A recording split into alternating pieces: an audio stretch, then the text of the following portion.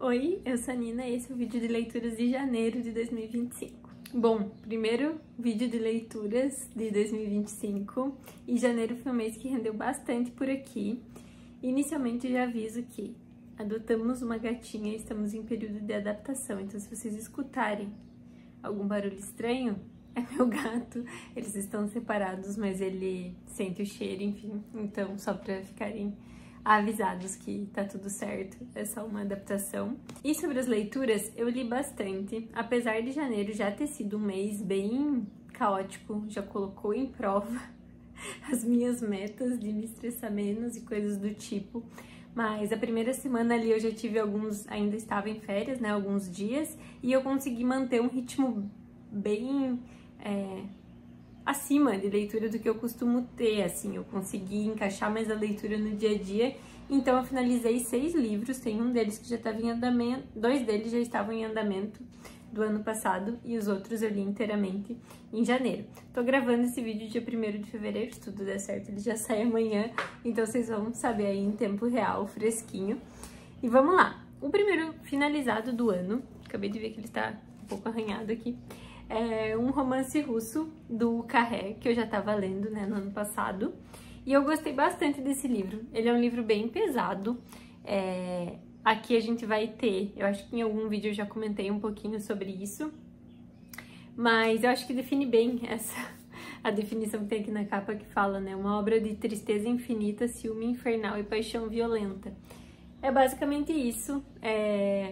Ele vai contar, e é uma história de um relacionamento de Emmanuel Carrère, ao mesmo tempo uma época da vida em que a relação dele com a Rússia chamou mais ele tem uma relação familiar mesmo, de história da mãe, do avô, uma coisa um pouco misteriosa, e essas coisas de alguma maneira se relacionam.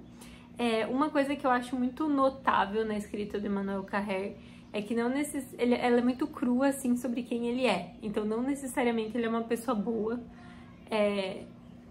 né, entre aspas, e ele expõe muitas coisas e atitudes ruins que ele tem, atitudes que a gente julga.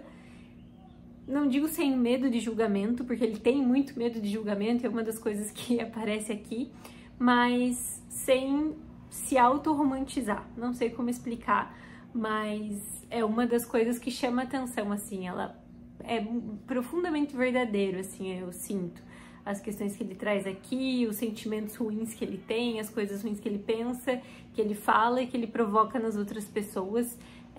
E no fim das contas é isso, né? A gente vai sempre causar tristeza e coisas ruins para outras pessoas, às vezes de forma não intencional, outras vezes de forma intencional, que somos seres humanos, né? E isso é muito traduzido aqui. Então é um livro que eu achei muito pesado e muito forte, mas gostei bastante. Gosto bem mais de yoga ainda, mas gostei desse aqui. E me contem se vocês têm outras coisas do Emmanuel Carrère para indicar. Eu tô sem microfone, porque, enfim, perdi a mania de usar microfone, e aí quando eu vou gravar nunca tá carregado. E tem algumas pessoas gritando, não sei se tá tendo algum jogo, alguma coisa, então vamos ver. Se ficar muito alto, eu dou uma pausa aqui no vídeo. Eu acho que a ordem é essa, que tem 2 livros que eu terminei bem pertinho, mas acho que o segundo que eu finalizei foi o livro branco da Han Kang. Dela eu já tinha lido A Vegetariana, e esse livro aqui eu tava amando no início. Esse livro vai ser basicamente sobre o luto de uma irmã dela que não sobreviveu, né, e que veio antes dela, e o quanto a vida dela é marcada pelo luto da sua mãe em específico, e como isso permeia a história da família. Ele é um livro em que a gente vai ter relatos, assim, não exatamente um diário, mas são fragmentos a respeito de branco, né, da cor branca, que nesse caso é o símbolo do luto, mas também vai acabar de várias maneiras participando dessa vida. E é um livro totalmente introspectivo, como eu falei, eu tava gostando muito dele no começo, mas esse formato foi perdendo a força pra mim, então em algum dado momento ficou um pouco, não repetitivo, porque eu acho que, né, a estrutura, enfim, não é repetição a palavra, mas talvez enjoativo. Então ele perdeu força pra mim em dado momento, mas foi um livro que eu gostei bastante. Eu tô tentando exercitar e colocar estrelas nos livros no Instagram, então quem não me acompanha pede lá pra me seguir e me avisa, porque às vezes eu esqueço de ver. Mas eu acho bem difícil e eu acho que às vezes os livros crescem ou decrescem depois da leitura, então eu também acho que a minha opinião pode mudar depois, mas enfim, eu dei 4 estrelas tanto para um romance russo quanto para esse aqui. Depois disso, eu li esse livro aqui, que foi As Árvores, do Percival Everett. Tava em vários lugares, acho que é um livro que ficou um pouco no hype, eu acho que foi na Paloma Lima que leu também, que eu vi. E eu me interessei pela história, ele é do autor que inspirou o filme Ficção Americana, mas no caso eu não assisti ficção americana, não tenho opinião sobre isso. Mas aqui nós temos assassinatos estranhos que começam a acontecer, e nessa cena do crime sempre tem 2 mortos, né, no início da história. Um branco e um negro, e esse negro está segurando os testículos do homem branco, os 2 mortos. E coisas estranhas começam a acontecer, um dos corpos, né, o corpo negro, sempre desaparece, e aí começa a se descobrir algumas coisas sobre a história desses homens brancos que estão sendo assassinados. E nós temos detetives negros, né, que vêm ali do FBI, enfim, pra entender, tentar desvendar o que está acontecendo aqui. E eu até comentei, também coloquei no Instagram, que é um livro que tem muitos elementos dos quais eu não gosto e que eu gostei, mesmo assim, incrivelmente. Ele é 100% trabalhado no estereótipo, então pela própria questão que eu trouxe aqui, vocês já devem imaginar que esses brancos eram racistas, Ku Klux Klan e etc. E ele realmente atua em cima desses estereótipos, usa uma linguagem que é muito forçada, então aqui nós estamos falando, né, do sul dos Estados Unidos, o linguajar que é utilizado, as palavras que são utilizadas, a escrita em si, ela repete coisas e deixa coisas muito claras que não necessariamente precisaria, eu prefiro quando há espaço para que eu mesma tire as conclusões, e aqui não há. Então, várias coisas que eu não gosto, e no começo eu achei que eu não ia gostar desse livro por isso. Mas ele é tão amarrado nesse sentido de que o objetivo dele é esse, e essas coisas se conectam de uma forma que faz tanto sentido, que eu gostei bastante, me prendeu muito como história. A escrita, depois que eu me acostumei, que eu me habituei tanto a as palavras quanto a forma mesmo de ser um livro que repete coisas e que deixa as coisas muito claras e descreve coisas que não precisavam ser tão descritas. Depois que eu me habituei a isso, também não foi um problema para mim. E o cerne da questão, que é a crítica, eu achei muito bem feito, muito bem construída. Então, recomendo. De certa forma, ele tem, né, um quê policial, mas tem um quê meio sobrenatural, porque tem coisas que acontecem que a gente não sabe como que poderiam acontecer. E serviu bastante de entretenimento. Se você quer um livro assim que você não vai conseguir largar, esse aqui foi dessa forma. Eu li ele bem rápido e recomendo bastante. Eu também dei 4 estrelas pra esse. Vocês já viram que eu sou meio difícil de... não tenho muita facilidade em dar estrelas, mas esse aqui também ganhou 4 estrelas. Acho que tem mais um que ganhou 4 estrelas. Depois disso, eu terminei outro livro que já estava em andamento, que foi O Meu Nome Era Eileen. Eu até comentei que eu não sabia se eu ia terminar esse livro, mas eu já estava na metade e estava numa parte em que parecia que ia se desdobrar. E eu detestei esse livro. Fazia tempo que eu não tinha um livro que eu desgostava tanto com relação à expectativa que eu tinha, porque eu acho que em 2024 eu li As Musas, algo assim, mas já não era um livro com o qual eu tinha expectativa alta e realmente foi tão ruim quanto a minha expectativa, mas eu adoro as outras 2 leituras da Ottessa Moshfegh que eu fiz, que foram o Morte em Suas Mãos e Meu Ano de Descanso e Relaxamento. E esse aqui prometia muita coisa.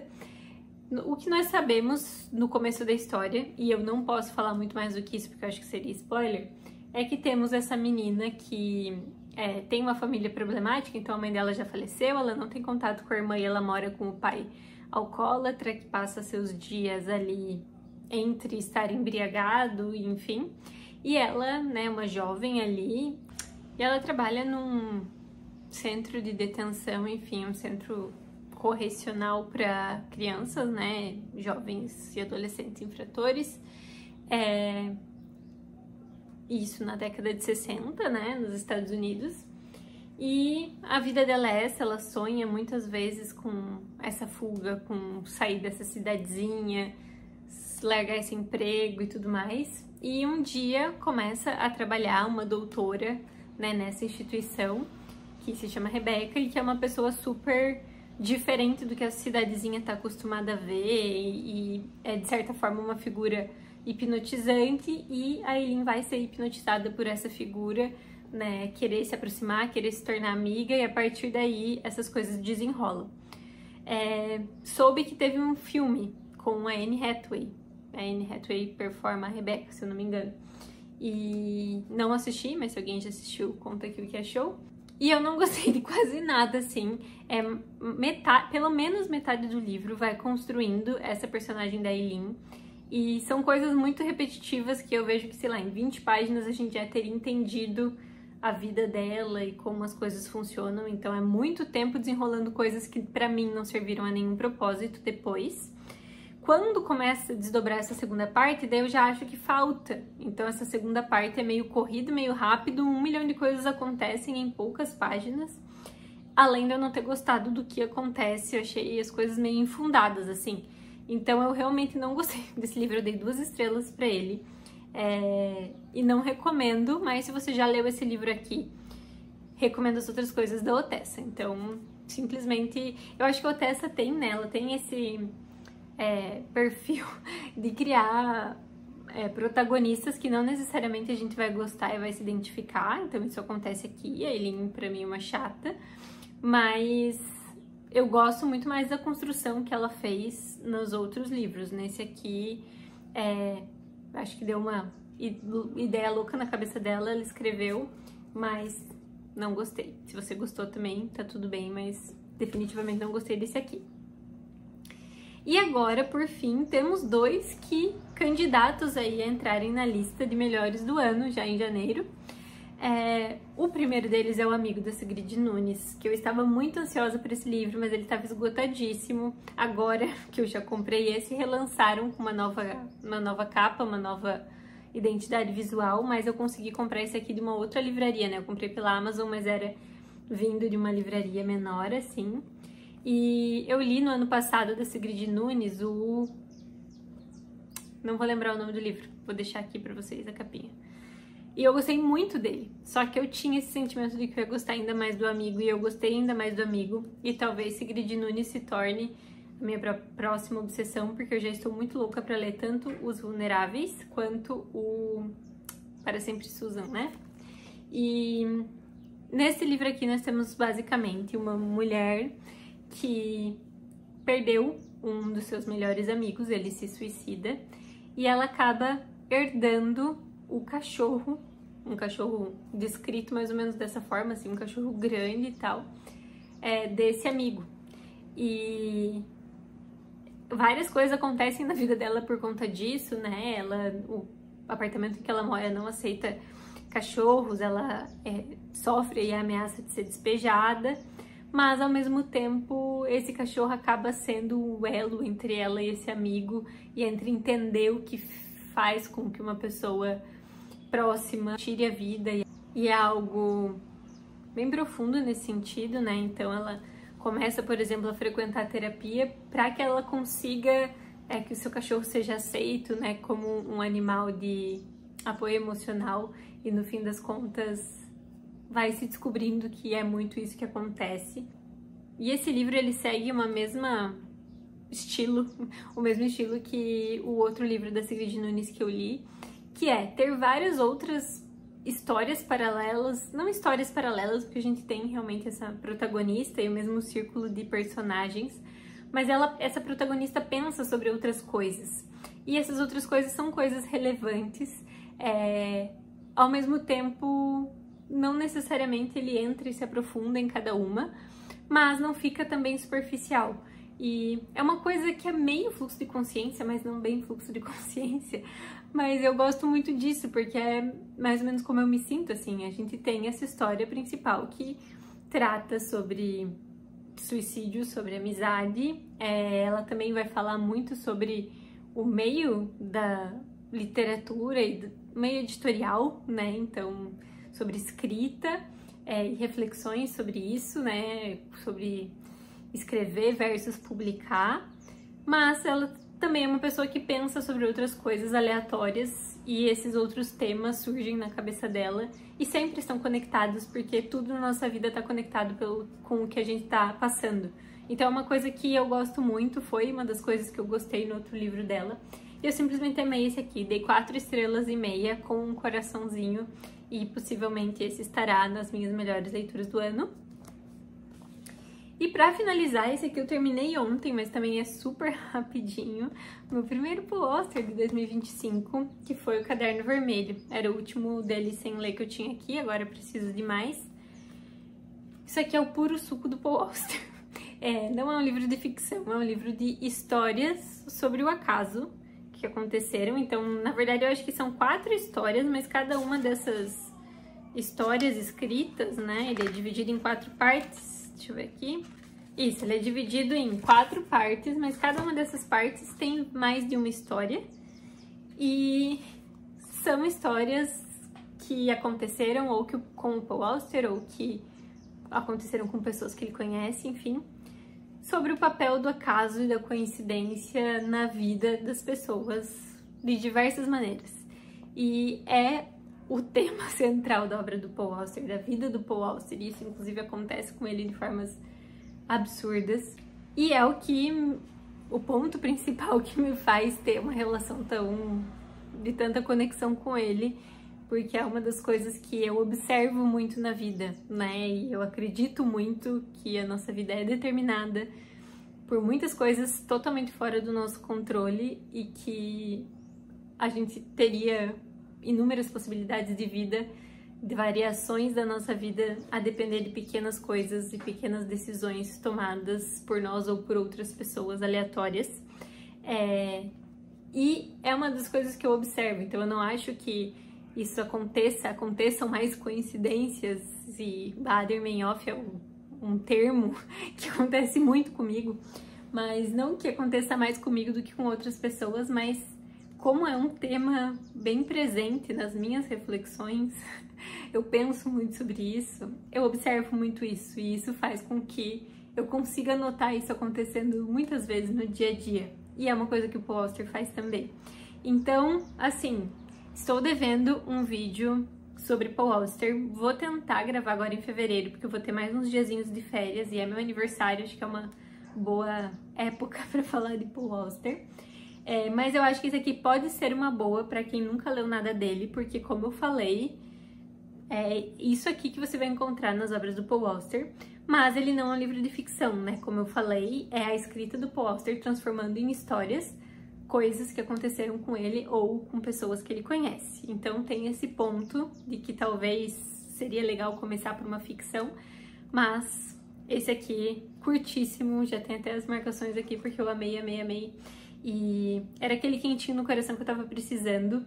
Dei 4 estrelas pra ele, porque também tem um senso crítico, mas foram 4 estrelas com um coração, porque simplesmente, sabe quando você tá numa semana difícil? E aí eu peguei esse livro porque eu pensei, um Paul Auster vai aquecer meu coração. E um Paul Auster aqueceu meu coração, sério, o Paul Auster devia ter escrito a vida inteira dele, as coincidências e acasos que aconteceram, porque eu queria ter um livro de 500 páginas como esse aqui pra ler. Foram essas as coisas que eu li, que eu finalizei em janeiro. E em andamento, vou ser bem breve, porque não tem muita coisa que eu esteja lendo com frequência, tá? Estou lendo A Vida Mentirosa dos Adultos, já estou bem avançadinha nesse aqui, estou na página 194. Estava gostando mais no começo, agora deu uma decaída, vamos ver o que vou achar até o final. Provavelmente termino aqui na próxima semana e venho contar pra vocês.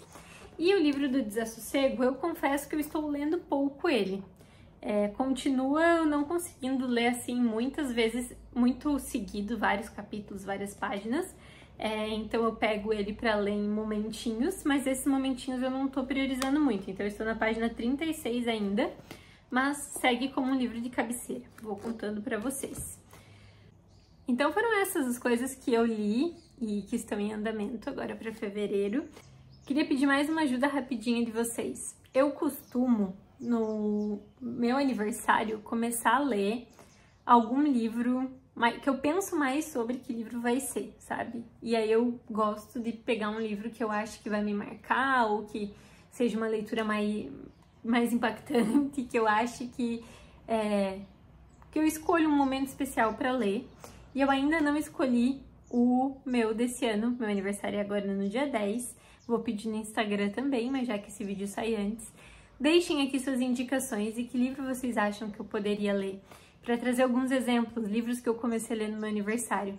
No ano passado foi O Conde de Monte Cristo, já foi O Som e a Fúria, já foi Guerra e Paz. Guerra e Paz, inclusive, passou um ano, porque eu não terminei de um aniversário para o outro. As Ondas, eu acho também. Enfim, vários livros que... grandes clássicos ou grandes livros, enfim, que me marcaram muito. Eu aproveitei essa época e eu vou ter uns diazinhos de férias ali logo depois do meu aniversário. Então, pode ser um livro maior e seria uma boa oportunidade. Alguns dos que estão me rondando. Então, primeiro, se você tem algum pra me indicar, me indica. Vou trazer aqui também os que eu tô pensando e aí vocês me falam o que vocês acham. Tem o Jogo das Contas de Vidro, do Hermann Hesse, enorme, que tá esperando aqui na fila. Tô meio tentada pela Uma Vida Pequena, já falei isso antes das férias e nas férias eu não li. Tenho o Corcunda de Notre Dame, do Victor Hugo. Os Miseráveis está no top 2 livros da minha vida, no top 2 provavelmente. E eu não li outras coisas do Victor Hugo, então preciso ler. E eu tenho aqui o Corcunda de Notre Dame, numa edição bem boa da Zahar. Almas Mortas, do Gogol, que tá na lista. A Ilíada, eu tava pensando, ou Reler a Odisseia. Vocês viram que eu tô bem indecisa e são coisas totalmente diferentes, então deixa aqui as suas indicações. E é isso, esse vídeo ficou enorme, mas me contem aqui como foi o mês de janeiro de vocês, o que vocês acharam dessas leituras, o que vocês têm pra me recomendar, e a gente se vê no próximo vídeo.